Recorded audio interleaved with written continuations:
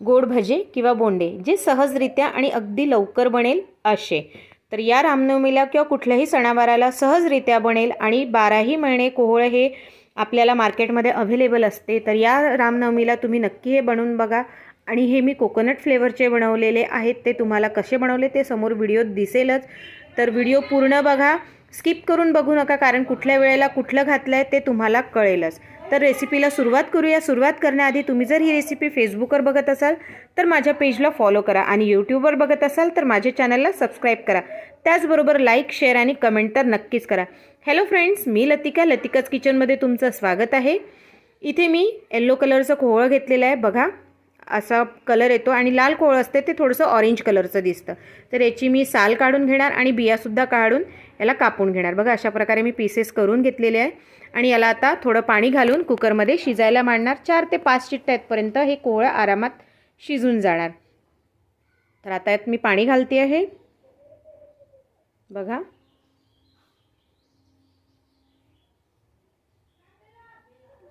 इथे मी छोट्या भांड्यात लावलेलं आहे म्हणून मी एकच ग्लास पाणी घातलेलं आहे. तुम्ही जर मी फक्त इथे अर्धा पाव कोहळं घेतलेलं आहे. आता याला कुकरमध्ये लावून 4 ते 5 शिट्ट्या येऊ देते, म्हणजे आपलं कोहळं शिजून अगदी सॉफ्ट असं रेडी होऊन जाणार.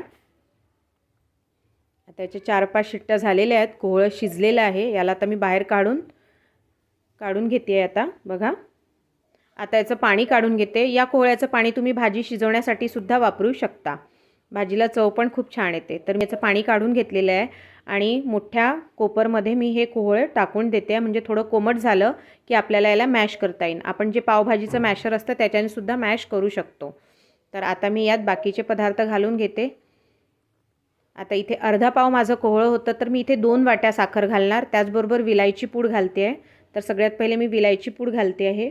खूप छान असा फ्लेवर येतो. त्यानंतर यात मी घालते आहे साखर. अर्ध्या पावला मी 2 वाटी साखर घालते आहे, कारण की यात आपल्याला नंतर बाकीचे पण जिन्नस घालायचे आहे, त्यामुळे आपल्याला 2 वाटी साखर हे लागेलच. म्हणजे एकदम गोड पण नाही, एकदम कमी पण नाही, अगदी परफेक्ट असं मेजरमेंट होणार. तर 2 वाटी मी साखर घातलेली आहे. 1 वाटी मी इथे खोबरा कीस घातलेला आहे. याच्याने जबरदस्त अशी चव येते. आता मी पहिल्यांदा 1 वाटी गव्हाचं पीठ घालून मिक्स करून घेते. मग जसं लागेल तसं मी अजून 1 वाटी घालून घेणार. म्हणजे 2 वाटी साखर आहे, अर्धा पाव कोहळा आहे, तर 2 वाट्या गव्हाचं पीठ हे आपल्याला लागतं. तुम्ही यात खसखस घालू शकता, ड्रायफ्रूट्ससुद्धा घालू शकता. तर मी इथे ड्रायफ्रूट्स आणि खसखस घातलेलं नाही.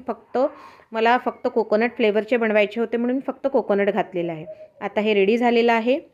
बघा, सोबत मी इकडे तेल पण तापायला ठेवलेलं आहे. आता बोंडे कसे करायचे, थोडं पाण्याचा हात घेऊन घ्यायचा. बघा, छान मिक्स झालेलं आहे.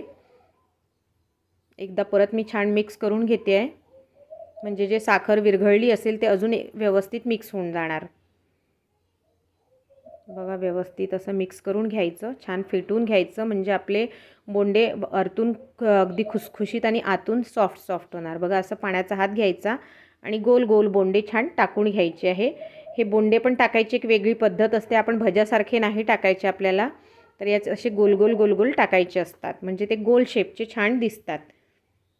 तर असे मी बाकीचे सर्व टाकून घेते आहे कढईभर आणि याला अगदी कोमट मंद आचेवर नाही तळायचे, मीडियम आचेवर तळायचं. गॅस फास्ट करू नका, नाहीतर आतून शिजणार नाही. तर मी मंद ते मीडियम आचेवर याला ठेवलेलं आहे. बघा, पूर्ण टाकून घेतलेलं आहे व्यवस्थित असं. त्याचबरोबर माझ्या चॅनलवर वेगवेगळ्या रेसिपीज आहे. पुरणाची रेसिपी आहे, रताळ्याची पुरणपोळी टाकलेली आहे. तर तुम्ही या रामनवमीला कुठली रेसिपी बनवाल ते मला कमेंट बॉक्समध्ये नक्की लिहून सांगा की तुम्ही यावेळेला कुठली रेसिपी बनवली, रताळ्याची पुरणपोळी की साधी पुरणपोळी किंवा मग बोंडे. तर बघा, इथे बोंडे झालेले आहेत. गोल्डन कलरचे झाले की काढून घ्यायचे. जास्त काळसर करायचे नाही, कारण की बोंडे आतून गरम असतात तर ते अजून रंग डार्क येतो, म्हणून असे गोल्डन झाले की काढून घ्यायचे. आता मी पूर्ण काढून घेते. बघा, किती छान झालेले आहेत. तर मग या रामनवमीला नक्की करून बघा. तर मग करून बघा, खाऊन बघा आणि रेसिपी मित्रांना पण शेअर करून बघा. तर भेटूया पुढच्या रेसिपीत. तोपर्यंत बाय.